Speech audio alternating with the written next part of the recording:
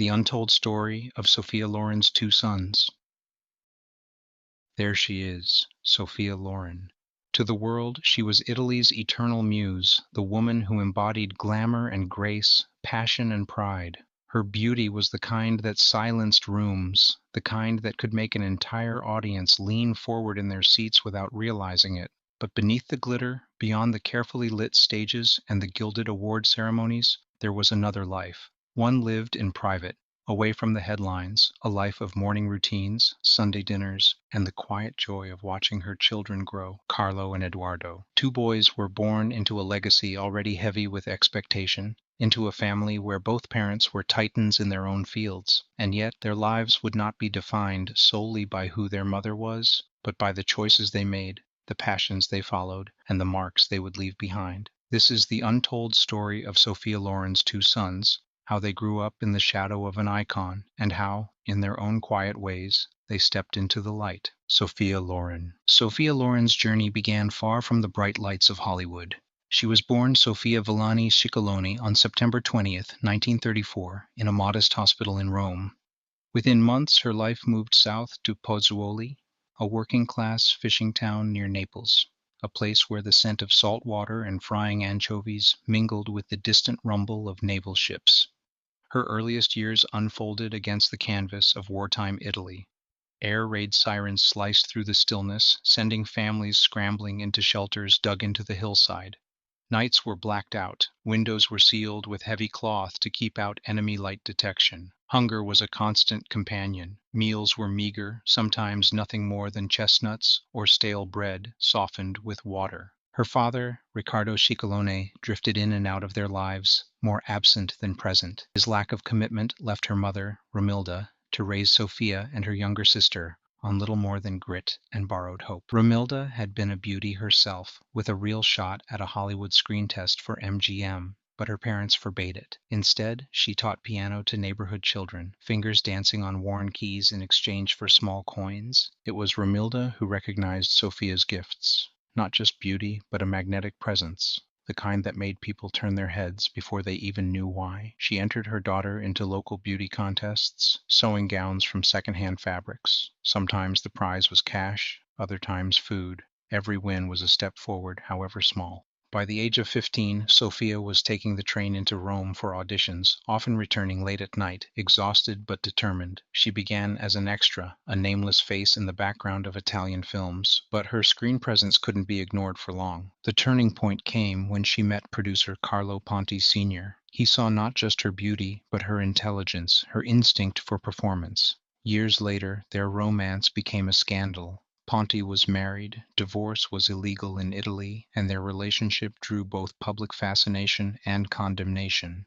Yet they refused to be separated. They married in Mexico in 1957, annulled it under legal duress, then married again in France in 1966. Through gossip, church disapproval, and even the risk of legal trouble, they built a life together. By the late 1960s, Sophia Loren was one of the most famous women on the planet, her face as recognizable as the Colosseum itself. And yet, in private, she began to think less about premieres and more about nurseries. When her first son arrived, she stepped back from film offers, determined to give her children the stability she never had. The girl who once stood barefoot in bomb shelters was now holding her baby in a sunlit home in Geneva, surrounded not by the noise of war, but by the quiet promise of family. Carlo Ponti Jr., 1968, December 29th, 1968, Geneva, Switzerland. Snow fell in soft sheets outside, turning the rooftops into quiet sculptures. Inside a private clinic, Sophia Loren and Carlo Ponti Sr. welcomed their first child,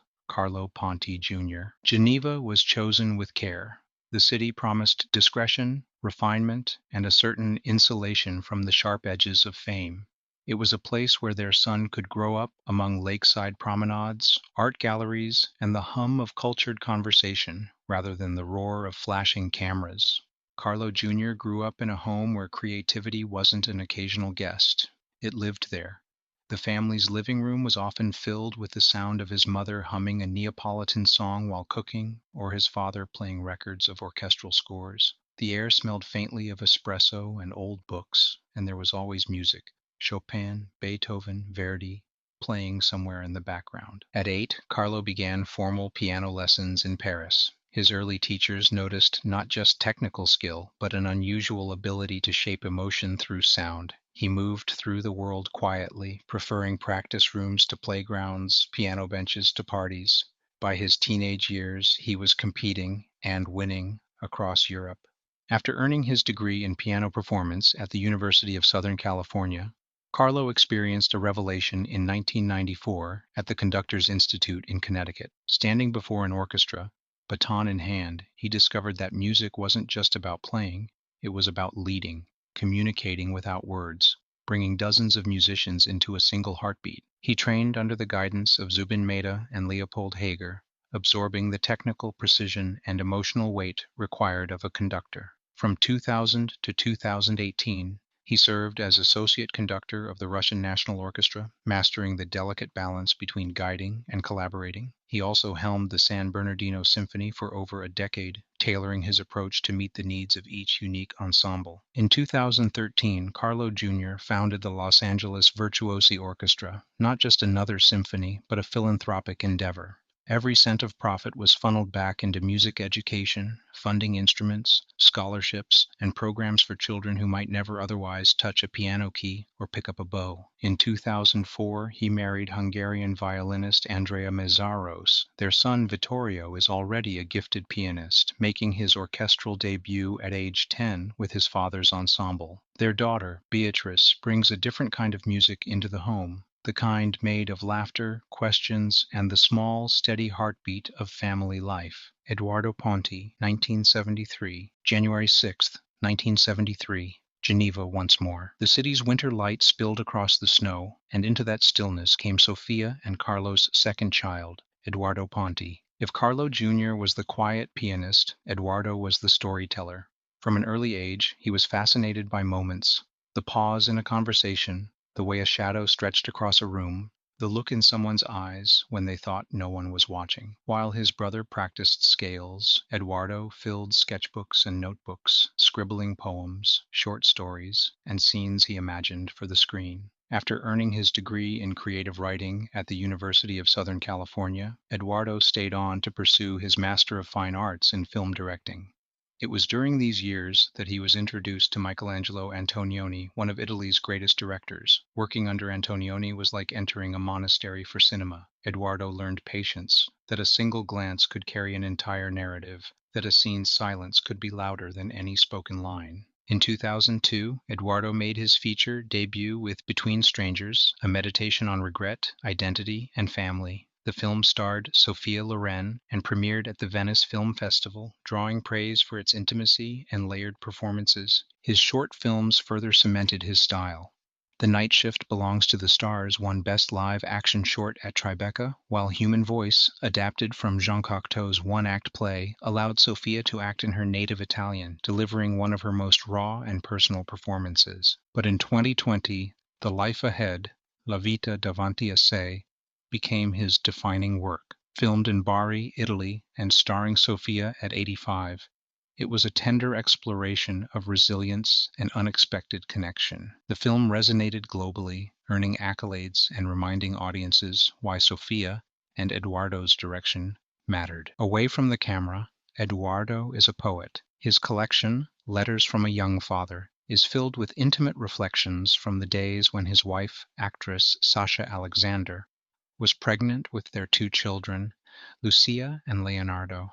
Eduardo often says that fatherhood reshaped him, not into someone softer, but into someone more attuned to the invisible threads that tie people together. Today, Eduardo continues to create films that marry visual beauty with emotional truth. In every project, there is a trace of his upbringing, the quiet strength of his mother, the creative discipline of his father, and the desire to tell stories that linger long after the credits roll. Carlo Jr. commands with a baton, Eduardo commands with a lens. One speaks in the vocabulary of orchestras, crescendos and silences, harmony and dissonance, the other in the grammar of cinema, light and shadow, framing and breath. They are different, yet bound by the same undercurrent, the discipline, grace, and devotion that their mother carried through her own improbable life. Sophia Loren, the barefoot girl who once stood in bomb shelters, who learned to carry herself like a queen before she had a crown, raised two men who would take the raw materials of life and shape them into art. Her name belongs to the world, etched in the permanent glow of cinema history. But her most incredible creation has always been private, lived far from the cameras, a family bound together by love,